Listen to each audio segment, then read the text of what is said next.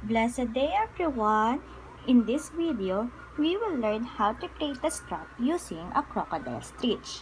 It can be one layer, two layer, or you can add more to make it skirt, purse, and other stuff that you want. I just felt that it's cute if you will be using it as strap. So let's start.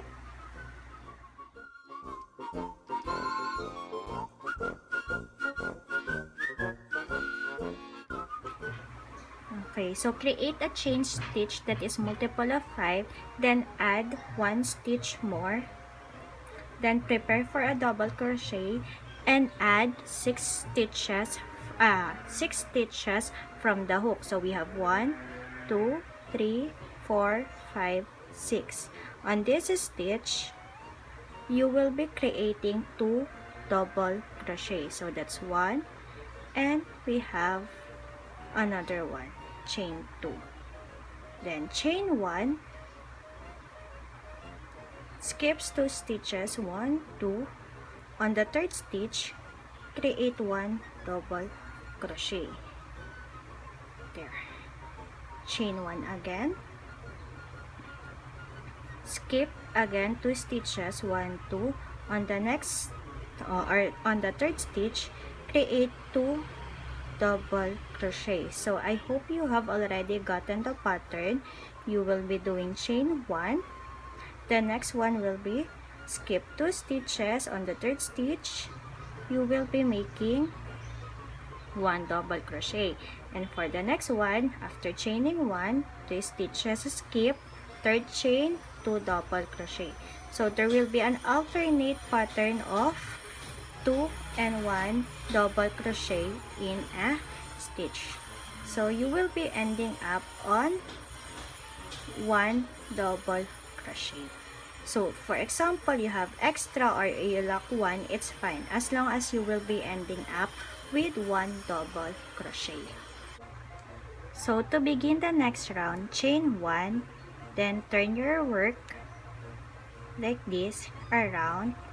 Then on these 2 double crochet, we will be doing the crocodile pattern. So we will be dealing with the first double crochet first, in which we will be doing 5 double crochet on this part.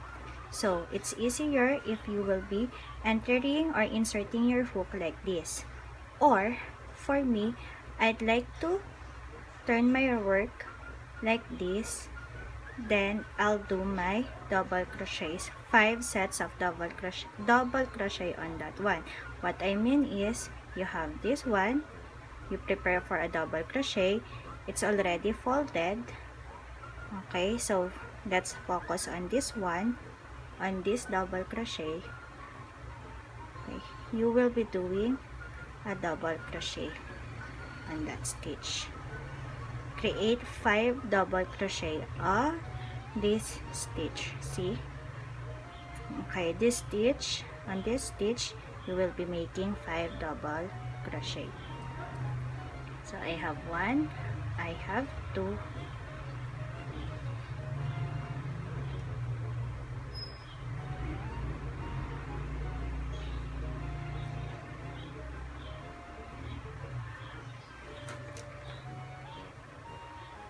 okay, then chain 1. You already have the half of the pattern, crocodile pattern. This is the second double crochet. So for example, you have this one, you did the 5 double crochet. For the next one, you will be doing it here by, again, you have this one, right? You turn like this one. I don't know how to describe it, just follow how I did.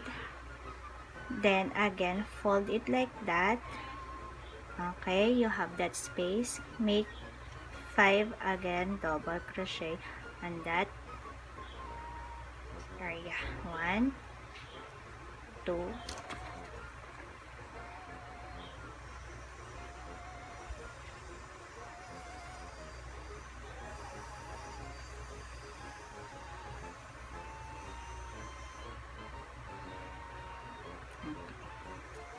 you already have the pattern.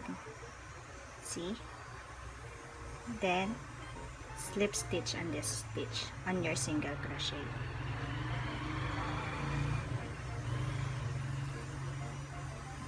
Do the same here.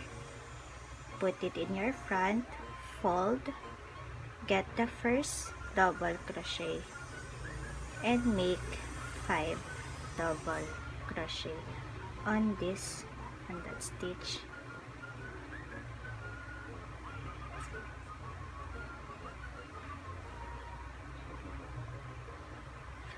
Five, then 1, then okay, chain 1, then fold and do the 5 double crochet. So I hope you already have that one. You will be ending up on this one, not on this one.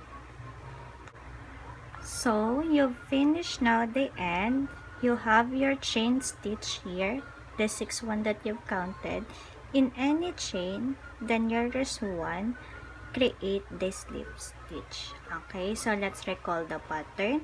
I'll be showing you the back part. So this is your chain 3 before, and you have your 2 double crochet over here. You created 5 double crochet on the first double crochet stitch, then another 5 double crochet, and on your single crochet you have you did a slip stitch. Then on the next part you have the 2 double crochet set, again 5 on one part, then you change 1 and did another 5 on the second one, then slip stitch. Okay, so continue that pattern. At the end, the nearest one, create a slip stitch, then chain 1, and we will begin the next row.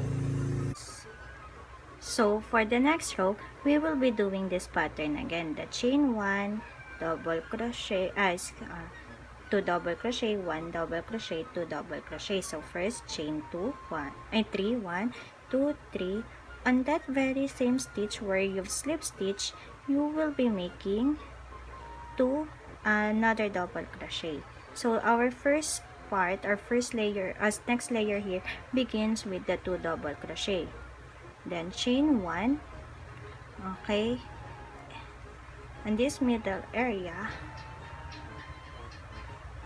you will be making, on the middle area, you will be making 1 double crochet, chain 1.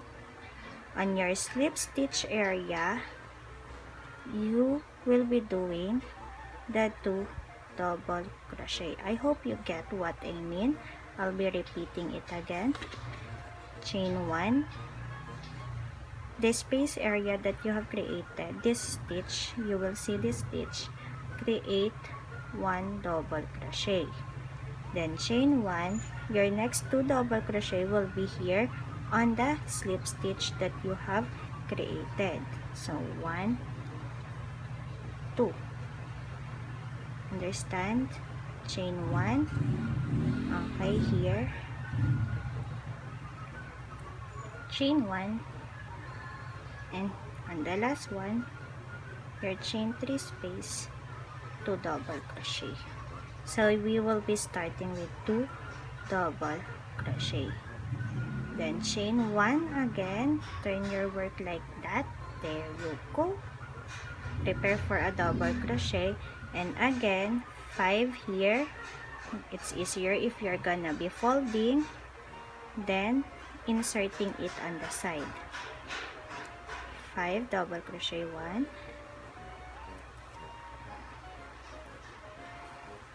After making 5 double crochet, what you'll be doing is chaining 1, then turn your work the next double crochet stage.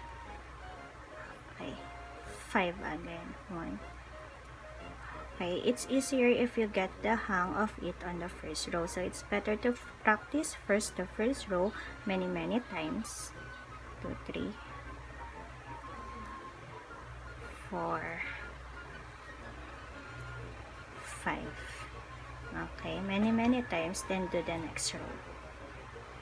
Okay, you have the chain 1 space, 1 double crochet over here, then chain 5, I chain double crochet, 5 double crochet here, 5 double crochet, slip stitch, 5 double crochet, chain 1, 5 double crochet, slip stitch, chain 1, I 5 double crochet and 5 double crochet.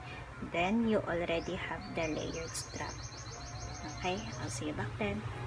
Okay, so after doing the second row, you can continue on the third one. Okay, you will be starting on this one. Okay, meaning in here, chain 1, then 2 double crochet, here 1 double crochet, 2 double crochet, 1 double crochet, 2 double crochet. So you can have that one. You can have this pattern then if you want a bigger one. But for me, since it's just a strap, it's just one layer. Then, okay, to tie it on the other side, just chain enough row. Most of the time, I do 30 to 40 chains so I can still ribbon it. Okay,